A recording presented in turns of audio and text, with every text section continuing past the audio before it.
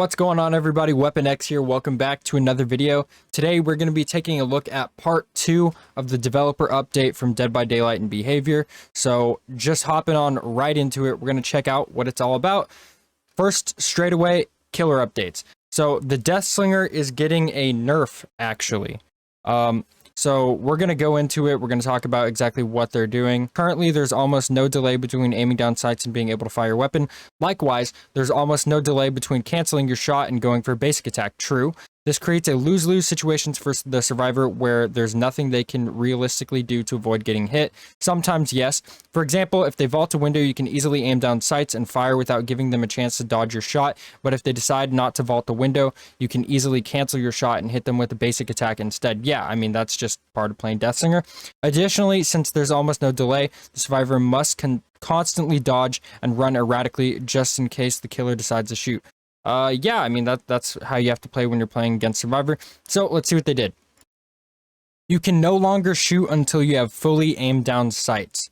All right, I guess that's fair. Sure. I mean, that's a little, I liked going for the phase quick scopes with my boy Deathslinger, but I guess can't do that quite as much anymore. Increase the delay after canceling your shot before you can start a basic attack. All right, that's fair. So they really want you to have to commit to a shot when you go to aim down your sight. I guess that's fair. I mean, if that's how they want to make them play. It's a decreased movement speed penalty when aiming down sights. So now you're actually going to move faster when you aim down sights, so you lose less ground. Since the Deathslinger would spend more time aiming down his sights than before if you quickly aimed and fired, we felt it was only fair to increase his movement speed while aiming down sights to compensate.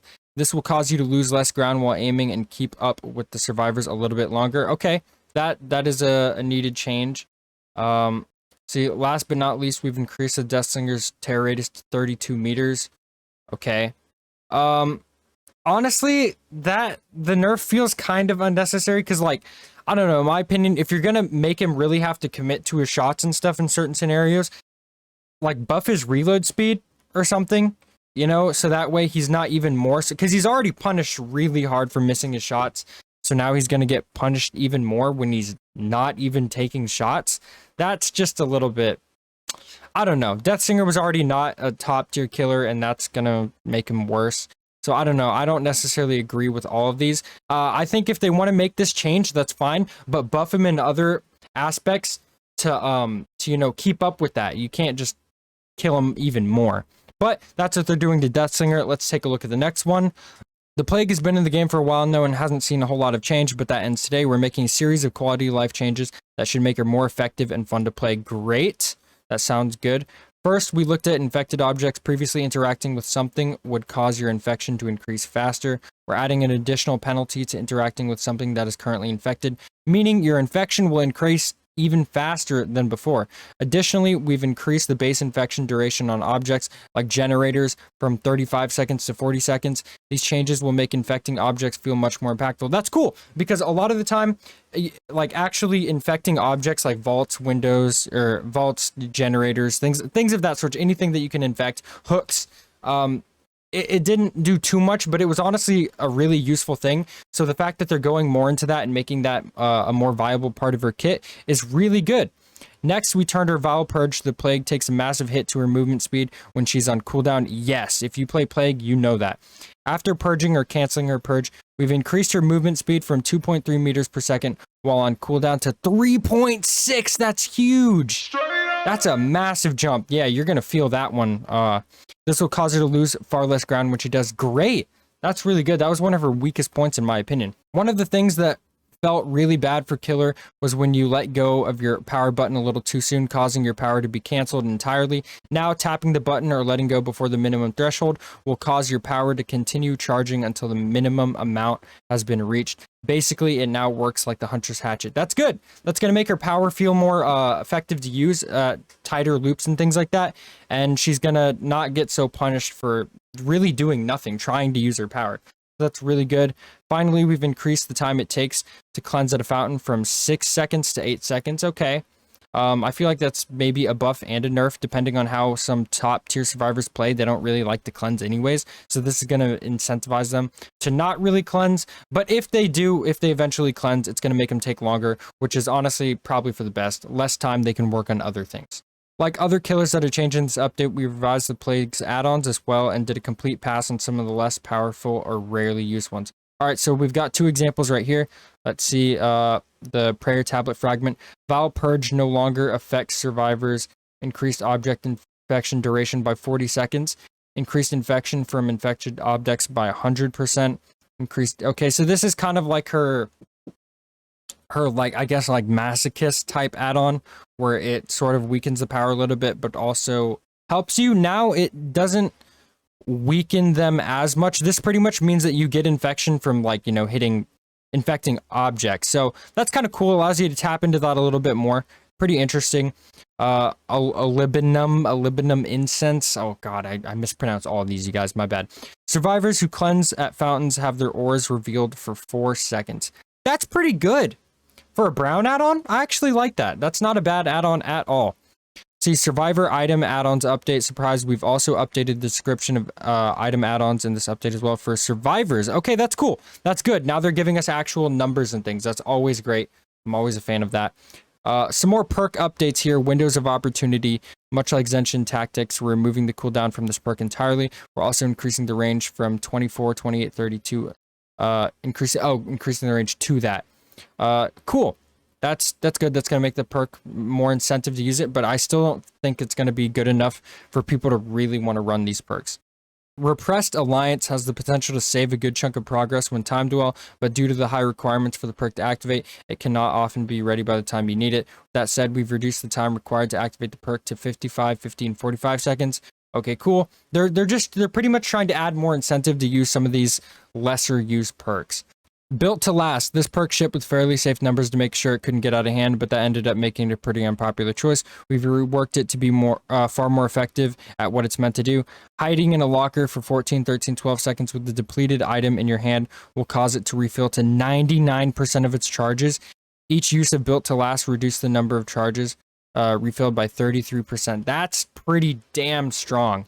I'm not gonna lie. That's gonna be a crazy perk. We'll have to see. This might be... a meta perk. We'll see. This definitely could be one of those, in my opinion. For people who want to use like med kits and stuff, that's going to be really powerful. Or even toolboxes. Any means necessary. Previously, we reduced the cooldown of any means necessary and saw more people start to use it. It's still not quite where we'd like it to be, so we've added an extra aura reading effect on all drop pallets. This way, as soon as it's ready, you'll know exactly where you can use it. Oh, they changed No Mither, guys. No Mither allows you to trade health state for other bonuses, but these bonuses aren't strong enough to warrant using the perk. We've increased the Grunts of Pain reduction to 25, 15, 75%. That's pretty big. It's almost like Iron Will now. Additionally, we added a 15, 20, 25% increased recovery speed while in the dying state. That's pretty strong, I'm not gonna lie. Says, side note, yes, we know a lot of you use this perk as sort of a hard mode. We're not looking to completely get rid of that as silly as it may be. That's cool. That's cool. That, you know, honestly, that right there shows me that I think they're trying to start listening to the community. With these 2 patches so far, like, I mean, it's not all perfect, but for the most part, they're making good patches. Like, these are some of the best patches I've seen for the game in a long time. So that's really nice that they really get No Mither. It seems like that they want to make it more viable, but also they don't want to get rid of the novelty of it. I like that. Mindbreaker / Fearmonger. This is a simple one. Survivors who are working on a generator will now suffer from blindness in addition to exhaustion. Not terrible. Definitely. These are like small buffs, but I really like this No Mither one.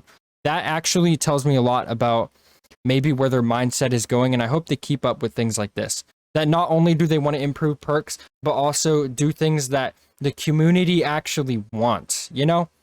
Like, be a dev, but also the community are the ones that play the game a lot. You know, at this point, we have a good feeling for the game, and we don't say changes or suggest changes that are just going to be bad for the game. Boys, this is a big one. The hatch and keys by extension have long been a very contentious topic, leading to some heated debates. Yes, we have some changes incoming to make them a little fairer. Thank God, man. They should have done this a long time ago, but hey, better sooner than later. First, the hatch will no longer spawn if there's more than 1 survivor left in the trial. Hallelujah. This means you'll never have to worry about the last 3 survivors vanishing when there's still 1 generator left. Yes, because you just feel robbed, man. You can be doing good, you can have the game in the bag, but if they get a key, then they find hatch, it's over, you lose. Additionally, the hatch will now take a few seconds to open with a key once it is closed. Progress does not reset when the survivor cancels the interaction.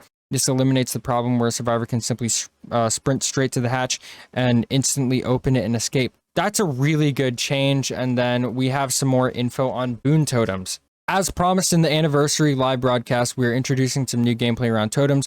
These will add an extra objective around the map, much like Killer's Hex totems that are tied to survivor perks.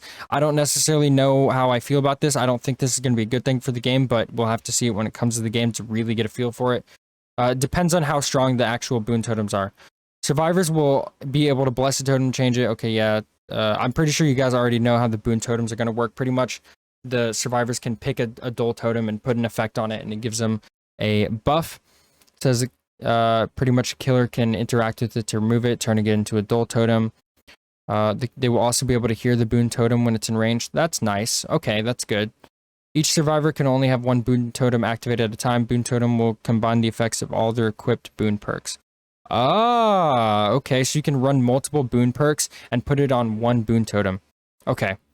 This will add more strategic decisions for survivors to make it when it comes to their interactions with totems. We're thrilled to see such positive reaction to the first part of this developer update. We have a small update to something we announced in part 1. Unfortunately, due to time constraints and size of this mid-chapter, the change to the spirit, which would cause her to kick up dust while phasing, needed to be pushed until further notice. The directional audio will appear in the mid-chapter update.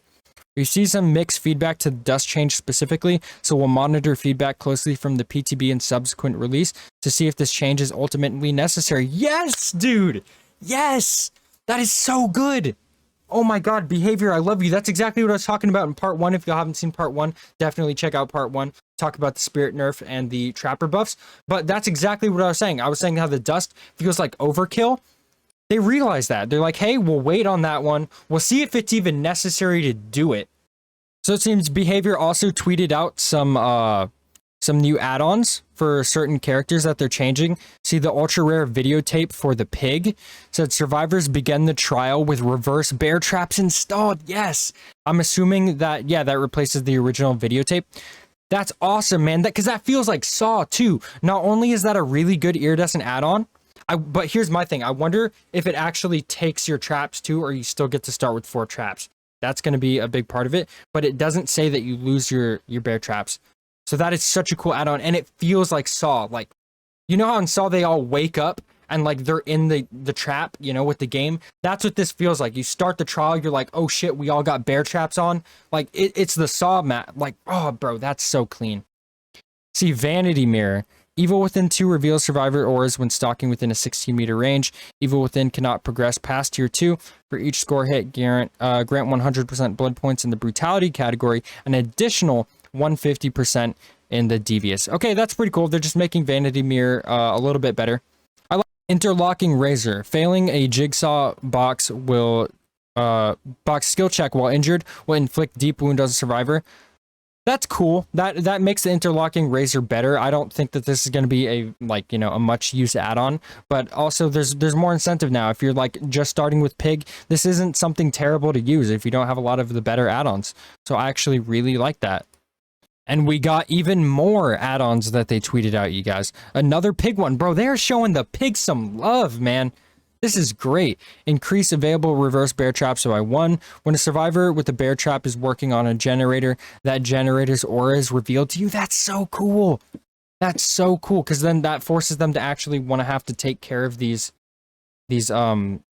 traps and not just work on gens, because they'll get punished for it. That's really nice. See, we got a nurse add-on. Adds 1 blink charge, increases blink recharge time by 50%. That's really strong. I feel like Nurse is already, everyone knows Nurse is already a really good character.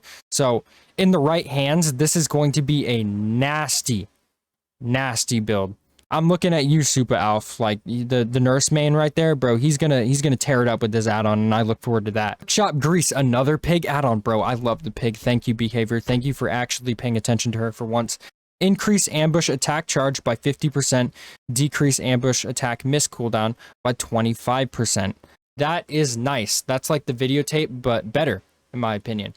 This is really good, man. Honestly, they knocked it out of the park with this developer update. I'm so excited for the PTB, and I'm going to be having gameplay of the PTB changes. So we're going to be doing gameplay with Trapper, Deathslinger, Nurse, or not Nurse, what am I saying? Plague and Spirit. We're going to be checking out all the new changes to them, as well as a lot of the new add-ons when that releases. But yeah, you guys, this is a great update. Not too much else to say about it. I'm really excited to see, all these changes come to the game, especially the hatch one. That's huge. What do you guys think about this update? Personally, I'm in love with it. This gives me serious hope for the game, and I hope they continue to move in this right direction. With that being said, I appreciate you guys sticking around. Thank you for liking the video. Thank you guys for subscribing. As always, you are the MVPs, and I will see y'all in the next one. Peace out.